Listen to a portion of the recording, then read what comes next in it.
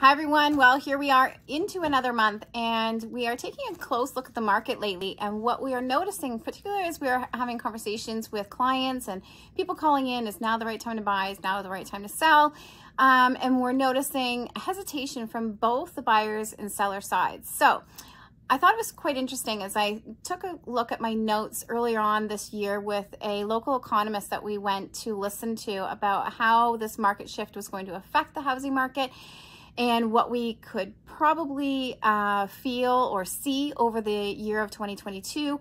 And here we are at the fourth quarter of the year, and we're considering those discussions.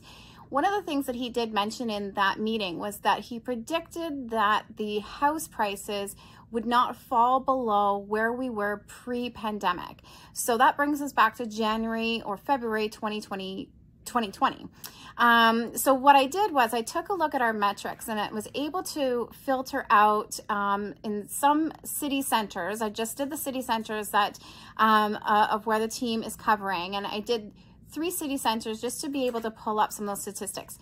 Toronto, Barrie, and Clarington. So we've got a nice triangle there to get a gauge on what exactly happened January 2020 and taking a look all the way up to September of 2022.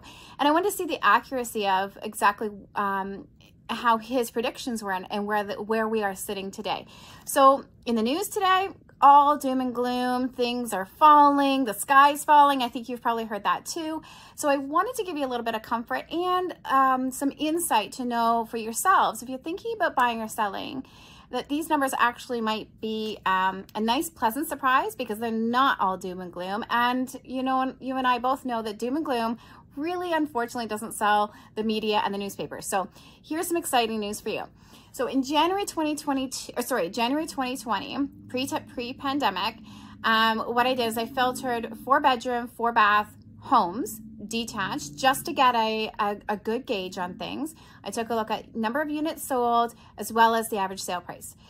So as I mentioned, local economists predicted that we would not fall under the pre-pandemic price points. So in regards to, let's start with Toronto. Toronto had a 37.2% increase. So return on investment is 37.2% from January 2020 to September 2022.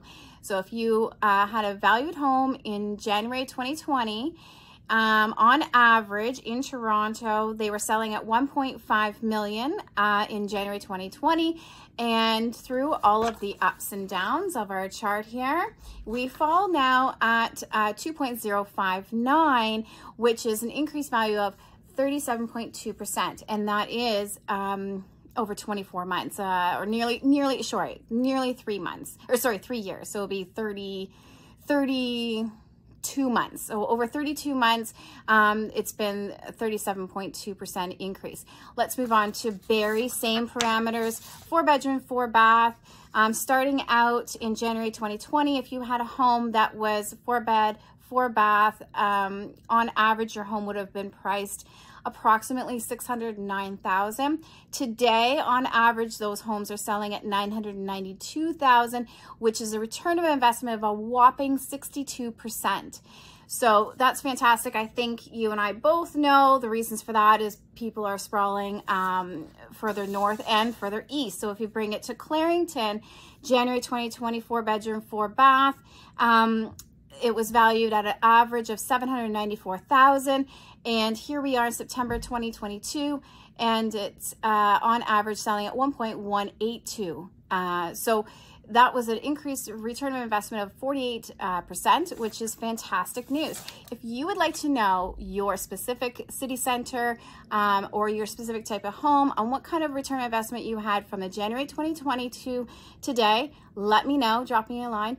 Alternatively, if you are thinking of buying or selling and you just aren't sure if now's the right time, let's consider what the rate of inflation is going to be, and I'll let you know. Drop me a line, talk soon, and hope you enjoy the rest of the newsletter. Thanks, bye.